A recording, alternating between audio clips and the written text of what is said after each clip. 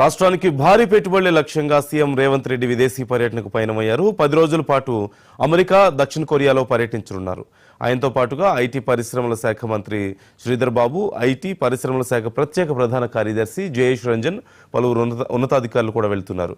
నేడు హైదరాబాద్ నుంచి న్యూయార్క్కు బయలుదేరుతున్న సీఎం అక్కడ 6 రోజుల పర్యటన తర్వాత దక్షిణ కొరియా వెళ్తారు. ఈ 10 రోజుల పాటు పారిశ్రామిక దిగ్గజాలతో 52 సమావేశాల్లో పాల్గొంటారు. 50,000 కోట్ల పెట్టుబడులకు సంబంధించిన ఒప్పందాలు ఉంటాయంటూ అధికారిక వర్గాలు అంచనా వేస్తున్నాయి.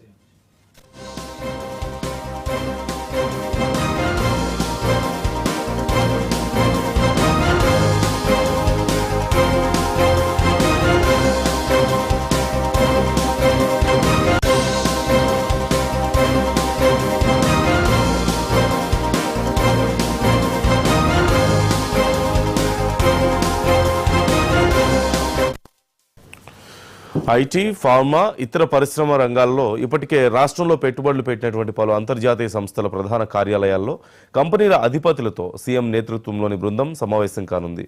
ఇందులో Amazon vice president, Cognizant CEO, అలాగే Procter and Gamble CEO, PepsiCo senior management, American ఎయిర్లైన్స్కు చెందినటువంటి దిగ్గజాలు ఉన్నాయి. 6న వాషింగ్టన్లోని ప్రపంచ బ్యాంకు ప్రధాన కార్యాలయంలో ప్రపంచ బ్యాంకు అధ్యక్షుడితోనూ సీఎం భేటీ కాబోతున్నారు.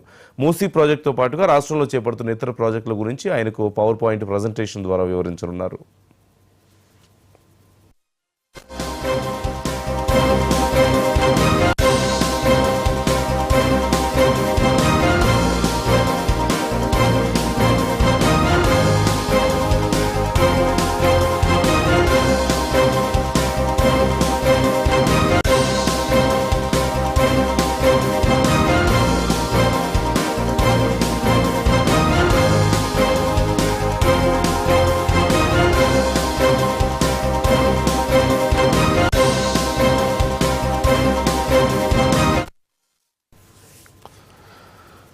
అయితే ఈ ప్రాజెక్టులన్నింటిలోనూ ప్రపంచ బ్యాంకు భాగస్వామ్యం కావాలని, ఆర్థిక సాయం చేయాలంటూ కోరే అవకాశాలు ఉన్నాయంటూ అధికార వర్గాలు తెలుపుతున్నాయి. అలాగే స్టాన్ఫోర్డ్ యూనివర్సిటీని సీఎం సందర్శించబోతున్నారు. స్కిల్స్ యూనివర్సిటీకి సంబంధించి స్టాన్ఫోర్డ్ యూనివర్సిటీ భాగస్వామ్యం పైన అక్కడి డీన్తో మాట్లాడనున్నారు. అనంతరం శాన్ ఫ్రాన్సిస్కోలోని గోల్డెన్ గేట్ బ్రిడ్జిని సందర్శించనున్నారు. మూసీ ప్రాజెక్టుకు సంబంధించి చేపట్టబోయే అంశాలను ఇక్కడ పరిశీలించనున్నారు. ఇక దక్షిణ కొరియా పర్యటనలో టెక్స్టైల్ దిగ్గజ కంపెనీలతో సీఎం సమావేశం కానున్నారు. పూర్తి సమాచారం మా ప్రతినిధి శ్రీకాంత్ అడిగి తెలుసుకుందాం. శ్రీకాంత్, తెలంగాణ సీఎం రేవంత్ రెడ్డి పర్యటనకు సంబంధించి పూర్తి వివరాలు ఎలా ఉన్నాయి? నందు, పెట్టుబడుల లక్ష్యంగా సీఎం రేవంత్ రెడ్డి, ఇటు IT minister, industrial minister Sridhar Babu కలిసి విదేశీ పర్యటన వెళ్ళడం జరిగింది. వేస్తే ఇటు కంపెనీల ప్రతినిధులతో పాటు అక్కడ ఉన్న ఇన్వెస్టర్స్ వాళ్ళతో మాట్లాడి ఇదివరకు జరిగిన ఒప్పందాల మేరకు వారితో మాట్లాడుతున్నారు. దాదాపు ఈ నెల 14 వరకు వారి విదేశీ పర్యటన కొనసాగనుంది. యుఎస్ తో పాటు, అమెరికాతో పాటు దక్షిణ కొరియాలో కూడా వారు పర్యటించనున్నారు. అదేవిధంగా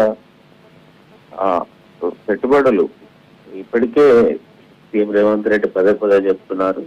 ఖచ్చితంగా తెలంగాణ రాష్ట్రాన్ని ప్రపంచ నగరాలతో పోటీ పడే విధంగా హైదరాబాద్ నగరాన్ని తీర్చిదిద్దాం, అదేవిధంగా ఒక కొత్త సిటీని నిర్మిస్తామని చెప్తున్నారు. ఇప్పటికే మూసీ నదికి సంబంధించి థేమ్స్ నది తీరం లండన్ లో ఎలా అయితే ఉంటుందో అట్లా తీర్చిదిద్దామని చెప్పిన పరిస్థితి కనిపిస్తుంది. అదేవిధంగా ఇటీవల ప్రకటించిన నేపథ్యంలో ముచ్చర్ల వద్ద ఒక ఫ్యూచర్ సిటీ, 4th సిటీని ఏర్పాటు చేస్తామని చెప్పారు.